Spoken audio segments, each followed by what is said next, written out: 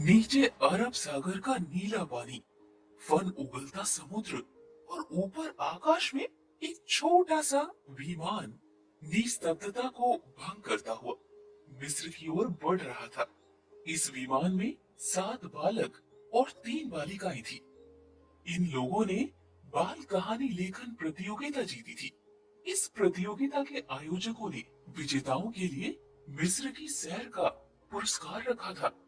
फलस्वरूप गिरीश, देवेंद्र, राजू, सुरेश, लतीफ और राजेंद्र नामक बालक तथा रीता, रेखा, सुनीता नामक बालिकाएं इस प्रतियोगिता में विजय होकर मिस्र जा रही थी। लतीफ ने कोशिश करके अपने कुत्ते टॉमी को भी साथ ले लिया था। अब कब पहुंचेंगे मिस्र? मोहन ने आकुलता से पूछा। अभी तो आधा रास्ता भी पार नहीं हुआ है, मनोहर ने कहा। मनोहर बच्चों की देखभाल के लिए आयोजकों की ओर से साथ भेजा गया था। अरे मोहन, बड़ी जल्दी दिखा रहा है, गिरीश ने हंसते हुए कहा। मैं जल्दी कहाँ कर रहा हूँ, मैं तो बस पूछ रहा हूँ कि हम कितने आगे आ चुके हैं, मोहन ने झेपते हुए जवाब दिया। मोहन 13 वर्ष का था। उन लोगों में सुरेश, लतीफ और देवेंद्र सबसे बड़े थे। इनकी उम्र 15-16 के करीब थी। राजू और मोहन हंसमुख बालक थे। राजेंद्र सिख था। सभी आपस में घुल मिल चुके थे। रीता ने खिड़की से बाहर झांकने की कोशिश की।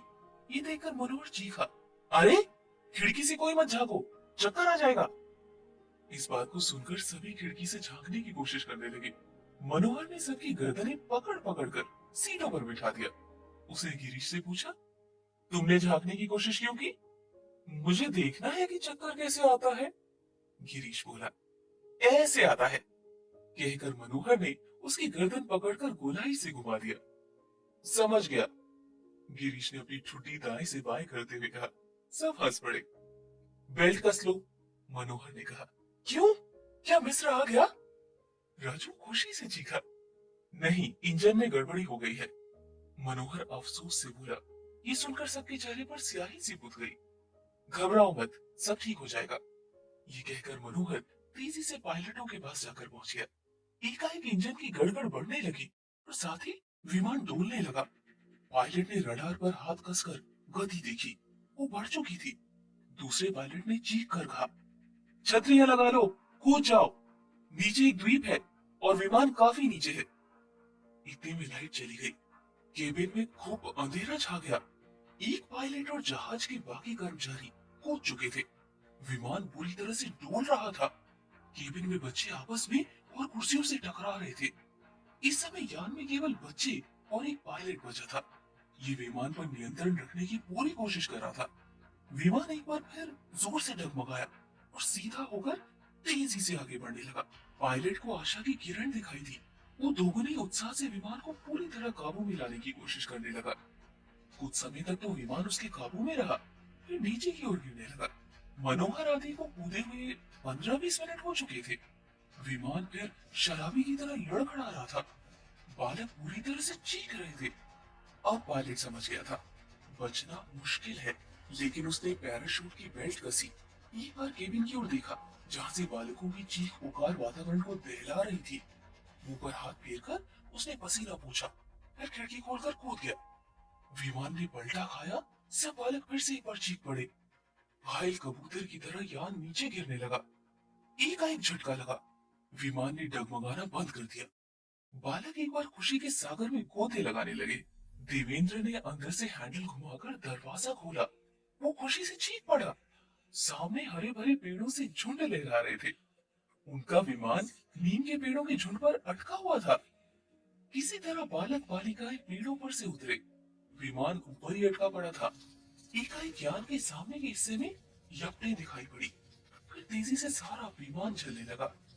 आग देखकर सब दूर दूर भागने लगे। तभी एक जबरदस्त धड़ाके के साथ पक्षी उड़ गए। पेड़ों ने आग पकड़ ली और धू धू करके जलने लगे, क्योंकि कुछ सूखे पेड़ भी वहां थे। बेचारे पक्षी जो उन पेड़ों पर रहते थे, चीख पुकार मचा रहे थे। कई अधजले पक्षी नीचे गिर रहे थे।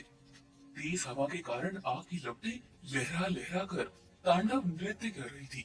बालकों के चेहरों पर हवाएं उड़ गई थी।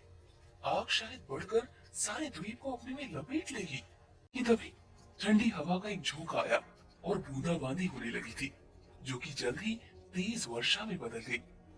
इस तूफान के कारण ही विमान दुर्घटनाग्रस्त हो गया था। सब खुशी के मारे चीखने लगे थे, एक दूसरे से लिपट गए। जब वर्षा बंद हुई, तब आग पूरी तरह से बुझ चुकी थी। यान के टुकड़े भी नीचे आकर गिर गए थे। सब बहुत सहमे हुए थे, न जाने किन किन भयानक मुसीबतों का सामना करना पड़े। यहाँ आदमी रहते हैं या नहीं? खाएंगे क्या? वापस अपने देश कैसे पहुंचेंगे? ये चिंताएं सबको सता रही थी। लतीफ ने खामोशी को भंग किया। मैं पेड़ पर चढ़कर देखता हूँ कि हम कहाँ पर हैं। सुरेश बोला। न जाने हम कहाँ पर हैं। लतीफ ने पेड़ की ऊपरी शाखा पर चढ़कर चारों ओर देखते हुए कहा, मारे गए। हम छोटे से द्वीप में हैं और इसके पास दूसरा द्वीप भी है। ये सुनकर सब चौंक पड़े। राजेंद्र बोला, लगता है कि हम किसी अज्ञात द्वीप के अंचल में हैं। वो चिंतित हो गए थे और अपने अंधकारमय भविष्य के बारे में सोचने लगे। उस द्वीप में कुछ जंगली फलों के पेड़ थे और अंगूर वहां उपजते थे, इसीलिए बेचारे भूखों मरने से बच गए। धीरे धीरे दिन गुजर गया। रात आई। अंधकार ने अपना साम्राज्य जमाया। सभी बालकों ने जंगली फल खाकर पेट भरा। आसपास की जमीन का कूड़ा करकट तथा कंकड़ पत्थर हटाकर उसे साफ किया। वहीं सो गए। वैसे जंगल में बहुत से जंगली जानवर थे, लेकिन आग के डर से वहां आने का साहस न कर सके। इसीलिए सभी थके मांदे बच्चे निश्चिंत होकर सो गए थे। जब वो सोकर उठे तो काफी चिंतित नजर आ रहे थे। रेखा ने कहा, हम रहेंगे कहाँ पर? इस द्वीप में तो भयंकर जानवर भी हैं और शायद आदमखोर जंगली कबीले भी हों। ये बात सुनकर सभी सोच में पड़ गए। राजेंद्र ने कहा, क्यों ना हम जहाज के लोहे के टुकड़ों से फायदा उठाएं? हम पेड़ की डालियां और लोहे के टूटे फूटे टुकड़ों से अपने रहने के लायक झोपड़ी बना सकते हैं। सबने इसका समर्थन किया। राजेंद्र सिख था, इसीलिए उसके पास छुरी थी। उसने अपनी छुरी से पेड़ों की डालियां काटी। सभी अपने अपने काम में लगे थे। उन्होंने पेड़ों के पत्तों, टहनियों और टूटे हुए जहाज के लोगों के टुकड़ों से एक सुंदर झोपड़ी बनाई, जो उनके रहने के लिए काफी थी। जब उनकी मेहनत सफल हो गई, तो वो खुशी से उछलने लगे। वो क्यों ना खुशी से उछलते? उनकी एक समस्या जो हल हो चुकी थी। ये इस काम में बहुत थक गए थे, इसीलिए झोपड़ी में लेट गए। तभी देवेंद्र बोला, हम यहाँ इस अज्ञात द्वीप में कैसे रहेंगे? यहाँ ना तो कोई आदमी है और ना ही किसी आदमी के रहने का नामो निशान। हम कैसे अपने देश भारत वापस पहुंच सकेंगे? नहीं, हमारे देश वाले हमारी खोज तो करेंगे ही। मोहन ने उन्हें दिलासा देते हुए आशापूर्ण स्वर में कहा, और शायद खोज करते करते इस द्वीप तक आ जाए। रेखा ने कहा। तभी सुरेश बोला, अरे मैं अपना ट्रांजिस्टर लाता हूँ। उसने अपना ट्रांजिस्टर एक पेड़ पर टांगा था, वहां से उसे उतारा। सुरेश के पिता ने उसे एक ट्रांजिस्टर देके रखा था, जो दुर्घटना में बच गया था। सुरेश ने झोपड़ी बनाते समय उसे टांग दिया था। सुरेश भयभीत सा भीतर आया। उसे देखकर रेखा बोली, अरे भैया, तुम इतने डरे क्यों हो? सुरेश ने डरे हुए स्वर में कहा, मैंने अभी बहुत से सूरों की सी आवाज सुनी है। मोहन ने सहमी हुई आवाज में कहा, अब इनसे कैसे बचेंगे? हम उनका सामना करेंगे।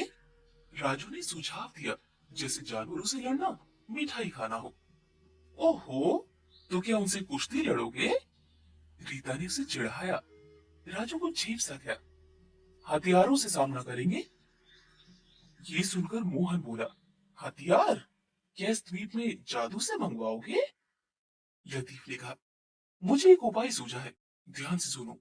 जहाज के छोटे टुकड़े पत्थर पर घिसकर नुकीले कर लेंगे, उनको लकड़ियों में खोसकर भाले बना लेंगे।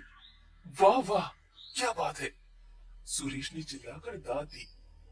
रात हो गई थी। सब बच्चे सो गए। उन्होंने निश्चय किया, अगले दिन भाले छुरे बनाएंगे। उन्होंने अपने आप को स्वयं बहादुर और हिम्मती पाया था। आखिर थे तो ये भारत माँ के लाल। सुबह उठकर उन्होंने काम शुरू किया। अभी तक वो 3 भाले बना पाए थे, जो कि सुरेश, लतीफ और देवेंद्र के पास थे। वो अन्य लोगों की निगरानी करने लगे थे।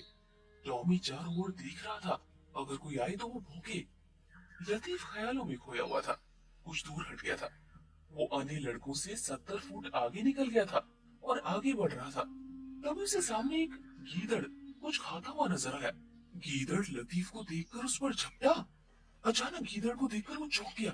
वो कुछ अस्वस्थ था, मगर अपनी सारी शक्ति बटोर कर भाला दोनों हाथों से लेकर उसने गीदड़ पर मारा। गीदड़ को आहट मिल गई और वहां से तनिक दूर हट गया। इस कारण भाला एक पत्थर पर लगा। भाला झन्ना गया। इस झंझनाहट के कारण भाला लतीफ के हाथों से छूट गया था। लतीफ संतुलन बिगड़ जाने के कारण एक गड्ढे में जा गिरा और गीदड़, जो शायद पागल था, उसने ऊपर आकर कूदा। एक बार की लतीफ के मुंह से चीख निकल गई थी। वो बिजली की फुर्ती से अपनी जगह से हट गया। गीदड़ का मुंह एक बड़े पत्थर से बुरी तरह से टकराया। तभी लतीफ ने गीदड़ के मुंह पर पूरे जोर से पैर मारा। उसका जूता गीदड़ के मुंह से लगा। गीदड़ के दांत चरमरा गए थे। वो अपने स्थान से पीछे लुढ़क गया। तभी सुरेश ने भाला फेंका, जो उसके पेट में घुस गया। गीदड़ तड़प कर कुछ देर में ठंडा हो गया था। लतीफ ने सुरेश को गले से लगा लिया। उनकी आंखों में आंसू आ गए थे। लतीफ आखिर मौत के मुंह से वापस आया था। काफी देर हो गई थी। सभी ने अपने लिए भाले और छुरियां बना लिए थे। सूर्य इस स्थान पर दिन भर नीले गगन में सुनहरी आभा फैलाते हुए अस्त हो रहा था और सभी बालक थके मांदे अपनी झोपड़ी में लौट आए थे। जंगली फल पहले ही खाने के लिए झोपड़ी में रखे हुए थे। उन्हीं फलों को खाकर वो सो गए। कुछ दिन और बिना किसी विशेष घटना के गुजर गए थे। इस बीच उन्हें अपना देश भारत याद आता था। इस आशा में कि कोई जहाज वहां से ढूंढने आ ही जाएगा और फिर हम जन्मभूमि के दर्शन कर सकेंगे। इसी आशा में दिन गुजरने लगे थे। एक दिन सबने विचार किया, इस द्वीप को घूम फिर कर अच्छी तरह से देखा जाए। कुछ समय के बाद सभी अपने हथियार लेकर चल पड़े थे।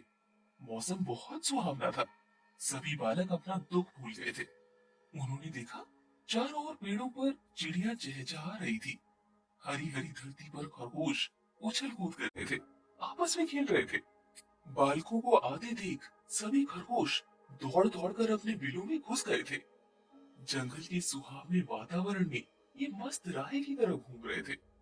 काफी दूर चलने के बाद वो एक कुंज के पास पहुंचे, जिसके पास एक छोटा तालाब भी था। वहां पहुंचकर राजेंद्र बोला, हमको कुछ देर यहीं ठहरकर आराम कर लेना चाहिए। सभी उसके प्रस्ताव से सहमत हो गए थे और थकान उतारने के लिए वहीं ठहर गए। उन्होंने तालाब का पानी पीकर अपनी प्यास बुझाई और सभी कुंज में जाकर लेट गए। आपस में बातें करने लगे। तभी राजू ने गिरीश से कहा, देख गिरीश, वो क्या है? गिरीश खेलते हुए खरगोशों को ध्यान से देख रहा था। उसने उत्तर दिया, अरे तेरा सर होगा। राजू फिर बोला, अरे मेरी बात तो सुनो। कोई चीज सामने मैदान से ऐसी मालूम हो रही है मानो कोई आदमी लेटा हुआ हो। मोहन राजू को चुप कराते हुए बोला, जाओ तुम ही देखाओ उस बला को, या चुपचाप बैठे रहो। राजू उठकर खड़ा हुआ और उसने सबसे कहा, तुम सब यहाँ बैठे बैठे बिना गिने मक्खियां मारो। मैं चला। मैं तो देख कर ही आऊंगा कि वहां पे क्या चीज है। मुझे वो आदमी सी दिखाई दे रही है। और वो मैदान की ओर बढ़ गया। राजू चलता चलता उस स्थान पर जा पहुंचा। राजू ने जैसे उस वस्तु को देखा, उसकी बुरी तरह से चीख निकल गई। वो बुरी तरह से चौंक उठा। कुंज में बैठे सभी अन्य बालक भी राजू की चीख सुनकर चौंक उठे थे। सभी अपने अपने हथियार उठाकर उस ओर चल पड़े। मोहन बोला, शायद कोई खतरा है। गिरीश बोला, कहीं राजू जंगलियों के फंदे में तो नहीं पड़ गया। लेकिन जब आगे बढ़कर उन्होंने देखा, राजू मैदान के बीच खड़ा होकर उनको हाथ हिला रहा था, जल्दी से पास आने का इशारा कर रहा था। वो सब तेजी से दौड़ते हुए उसके पास पहुंचे। उन्होंने जब पास जाकर देखा तो सब सन्नाटे में आ गए। उनके सामने हवाई जहाज के पायलट की लाश पड़ी थी। सुरेश और देवेंद्र गुमसुम से लाश की ओर बढ़ रहे थे। उनकी समझ में नहीं आ रहा था, पैराशूट होते हुए भी पायलट की मौत कैसे हो गई। उन्होंने लाश के पास जाकर उसे उलट दिया। पायलट की मौत का कारण अब उनके सामने था। दरअसल दुर्भाग्य से पैराशूट खुला ही नहीं था। देवेंद्र बोला, बेचारे पायलट की मौत का कारण पैराशूट का ना खुलना ही था। फिर सुरेश, लतीफ और देवेंद्र ने मृत पायलट की जेबों की ओर और बैग की तलाशी ली। पायलट की जेबों से 2 पिस्तौलें और काफी संख्या में गोलियां और कुतुबनुमा आदि वस्तुएं मिली थी। सभी ने पायलट की मौत पर दो दो आंसू बहाए और भारी मन से उसे एक बड़े पेड़ के नीचे गाड़ दिया। फिर पत्थरों का एक ढेर समाधि के रूप में चुन लिया। लतीफ, सुरेश और देवेंद्र एनसीसी के छात्र थे। उन्हें पिस्तौल चलाना आता था। वो सब अपनी कुटी की ओर चले गए। वहां उन्होंने जो देखा उससे हैरान रह गए। जब वो झोपड़ी के पास पहुंचे, मारे डर के उनकी आंखें फैल गई थी। 5 जंगली बैठे उनके सामान को उलट पुलट कर रहे थे। उन जंगली के काले शरीर पर कई रंग से गोदे हुए चित्र बने थे। उन्होंने एक एक लंगोटी बांध के रखी थी। सिर पर घास फूस और हड्डियों से बने विचित्र ढंग के टोप पहन के रखे थे। जंगलियों के चेहरे बदसूरत थे और उनकी आंखों में भयानक चमक थी। ये आदमखोर थे। उनकी गर्दन में हड्डियों और खोपड़ियों की मालाएं लटक रही थी। ये साक्षात यमदूत लग रहे थे। सभी बालक उन्हें देखकर बहुत बड़ी चट्टान के पीछे छिप गए। रीता ने सहमे स्वर में कहा, कहीं ये जंगली हमारे साथ बुरा व्यवहार न करें।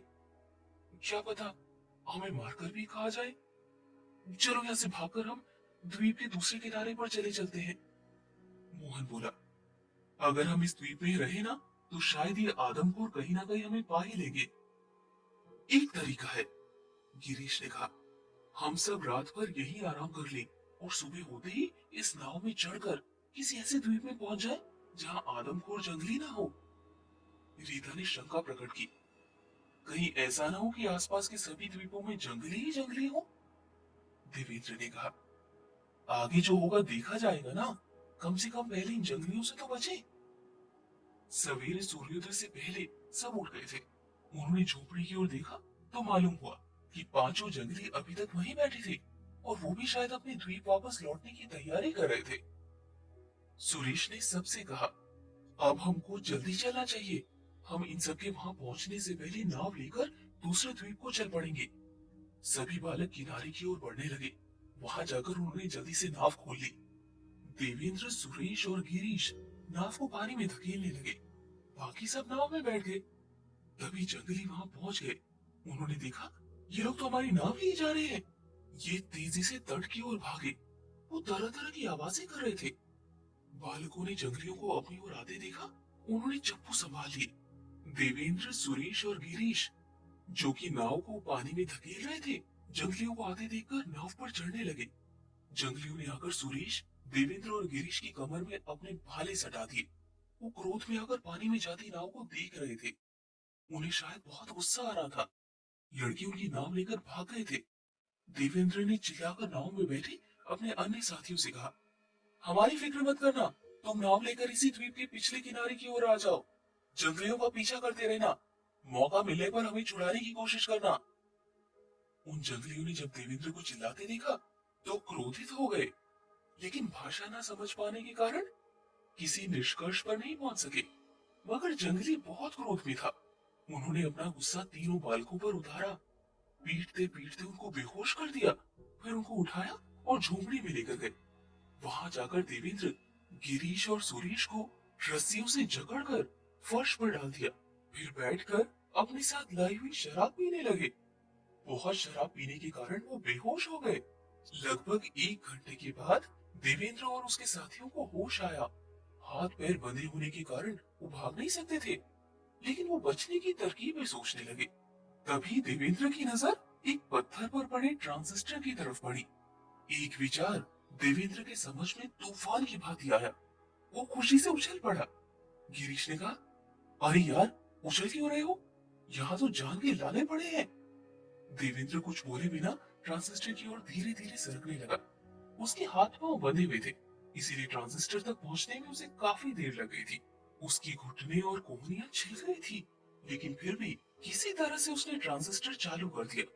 थोड़ी देर के बाद ट्रांजिस्टर में ऐसा स्टेशन लगा दिया जहां से भारतीय संगीत प्रसारित हो रहा था। उसने ट्रांजिस्टर को पूरी आवाज में खोल दिया। उसकी आवाज सुनकर जंगली हड़बड़ाकर उठ गए। ये संगीत सुनकर वो आश्चर्यचकित हो गए थे। ना तो कोई बजाने वाला है, ना ही कोई गाने वाला। ये आवाज इस डब्बे में से कहां से आ रही है? कैसे आ रही है? जंगली लोग कुछ देर आपस में बातें करते रहे। फिर देवेंद्र, गिरीश और सुरेश के बंधन खोल दिए। उनके पैरों पर गिर पड़े और अपनी भाषा में गिड़गिड़ाने लगे। अब देवेंद्र उनके हाव भाव से समझ गया था कि जंगली उन्हें कोई महान देवता मान रहे हैं। जो बात उसने पहले सोची थी वही हुआ, क्योंकि ट्रांजिस्टर द्वारा प्रसारित मधुर संगीत उन्होंने पहले कभी नहीं सुना था। कोई साहस न होने के कारण ये असभ्य जंगली आश्चर्यचकित थे। अब स्थिति अपने अनुकूल होती देखकर देवेंद्र ने सुरेश और गिरीश को अकड़कर खड़ा होने के लिए संकेत दे दिया। अब तीनों देवताओं की तरह अकड़कर खड़े हो गए, जैसे जंगली उन सबके सामने तुच्छ हैं। देवेंद्र ने रौब से जंगलियों को दरवाजा खोलने के लिए संकेत दिया। जंगलियों ने झट से दरवाजा खोल दिया और बालकों के पीछे पीछे बाहर आ गए। अब भी देवेंद्र ने ट्रांजिस्टर अपनी गले में लटका के रखा था। सुरेश, देवेंद्र और गिरीश ने बाहर आकर देखा, उनके सामने एक बड़े पेड़ पर उनके अन्य साथी सहमे बैठे थे। सुरेश ने उनसे कहा, डरने की कोई बात नहीं, तुम सब नीचे उतर आओ। ये सब सुनकर वो पेड़ से नीचे उतर आए और तीनों तथाकथित देवताओं के गले लगे। रीता ने गिरीश से पूछा, भैया तुम लोगों ने इन आदमखोरों को अपने वश में कैसे कर लिया? गिरीश ने ट्रांजिस्टर की सहायता से देवता बनने की सारी कहानी उसे बता दी। सभी बालक ये जानकर बड़े प्रसन्न हो गए कि अब उन्हें जंगलियों का कोई खतरा नहीं है। एक जंगली अपने कबीले के सरदार को संगीत के देवताओं के आने की खबर देने के लिए नाव में अपने द्वीप की ओर दौड़ा। देवेंद्र ने जंगलियों को इशारे से कहा, हम भूखे हैं। वो चारों जंगली ये संकेत समझकर उनके सामने झुक गए और आदर के साथ आज्ञा मानी। उन लोगों के लिए फल आदि लेने चले गए थे। उनके जाते ही मोहन आराम से टांगे पसार कर घास पर लेट गया। काफी देर तक गंभीर रहने के बाद मोहन को मजाक सूझने लगा था। उसने घास पर पड़े राजू से कहा, कहाँ तो जान के लाले पड़े थे और अब देखो आगे पीछे कैसे नौकरों की तरह दौड़ रहे हैं।